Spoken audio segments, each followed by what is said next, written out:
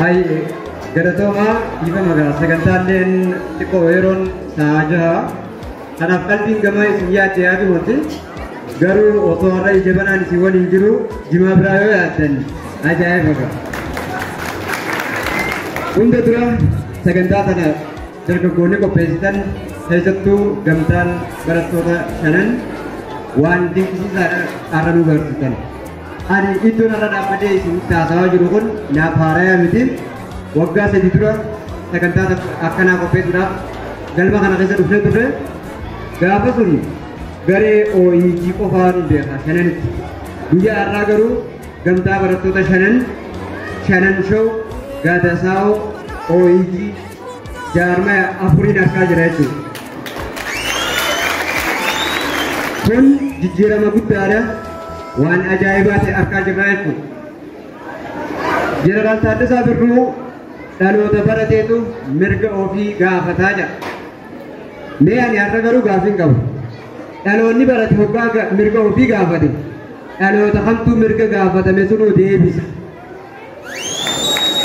Kanaaf mirga gaafachuu qofa osoo hin taane nuti dhaloota mirga gaafanne sunis deebisaa isaa laatu dhaloota sun akka taanuuf Dr. Magarsaan nama nu kakaase nama fakkeenya nu ta'e hunda keenya hogganu. Ani gaa osoon waa'ee xiyyaatti eenyu akkaan ta'e osoon hin himin gara dubbii seeni ifa manoof kolchaa an barataa Iliyaas Abdallaa Mahmuudin jaama aanaa Cinaaksanitti dhaladhe garuu magaalaa Dirreedawaatti hin guddate ammaaf garuu lammummaan kiyya aanaa shanan durbooti. Mooraa teenya keessa yuunivarsiitii kolleejjii fayyaa keessa waan jedhamu tokko jira. Barattoonni achi keessatti sosochii gaggeessuudhaa fi hojii hawaasummaas hoggansaanis barattoonni qabxii bareedduu fiduudhaan beekaman barattoota aanaa shananiiti. Sababa kanaatiif yeroo hedduu anis isaan waliin waan hin deemuuf waan hojjedhuuf Iliyaas warra shanan dhugootii warri jiru hedduudha. Kanumaaf jecha warra shananii ta'uun dhaloota qofaa miti ilaalchaa warra jiru. Kun immoo na boonsa. Sababnis dargaggoonni aanaa kanaa nu akka Harargee qofa osoo hin taane Oromiyaaf warra fakkeenya ta'an. Warra Abubakar Muusaafaan hayyoota keenya waggaa 33tti nama wareegan.